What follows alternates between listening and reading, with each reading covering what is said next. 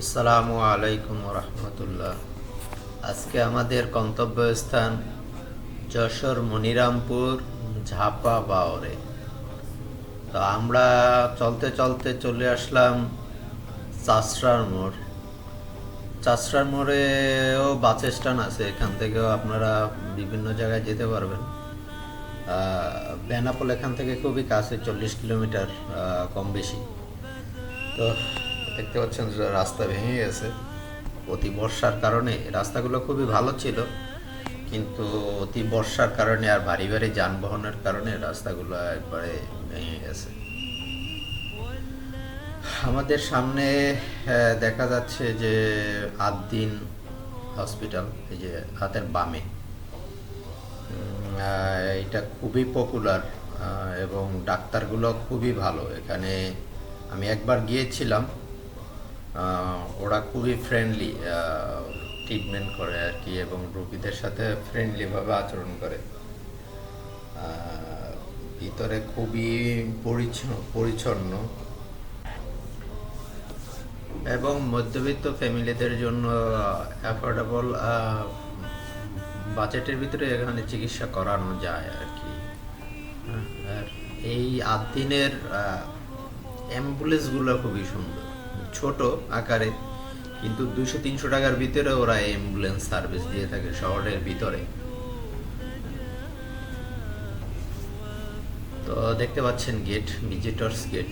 সামনে আসতেছে হলো এমার্জেন্সি গেট। আমরা চলে আসলাম এখানে, এই যে যাচ্ছি। রাস্তাটাও খুবই সুন্দর। দুই পাশে হচ্ছে বিল। বিলের ভিতরে পানি আছে প্রচুর।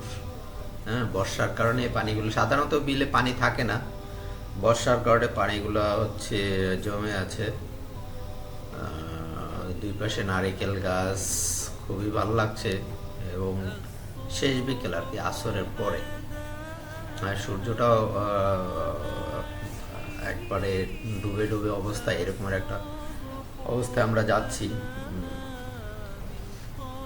সবাই হচ্ছে যার যার গন্তব্যে চলে যাচ্ছে, যেহেতু বিকেল। কোনো তাড়াহুড়া নাই, সবার ভিতরে একটা মানে স্থিরতা আছে, যে মানে খুব সাবধানে সবাই গাড়ি চালাচ্ছে।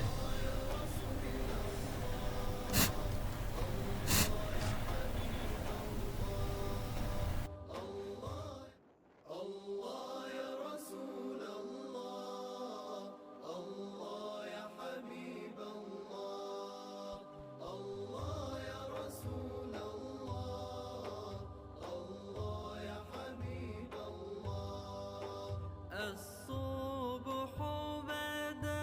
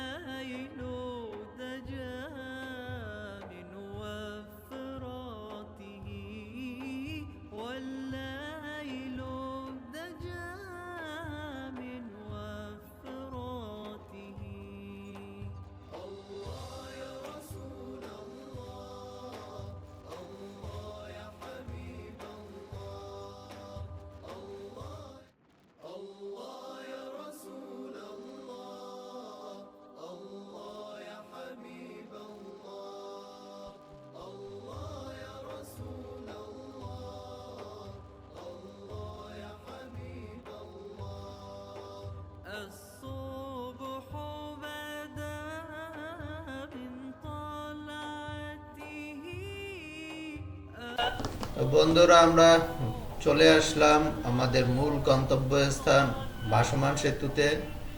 তো এইখানে মেইন যে আকর্ষণ ওইটা আমরা দেখাবো পরবর্তী পর্বে। এই পর্যন্ত আমাদের সাথেই থাকুন। আল্লাহ হাফেজ।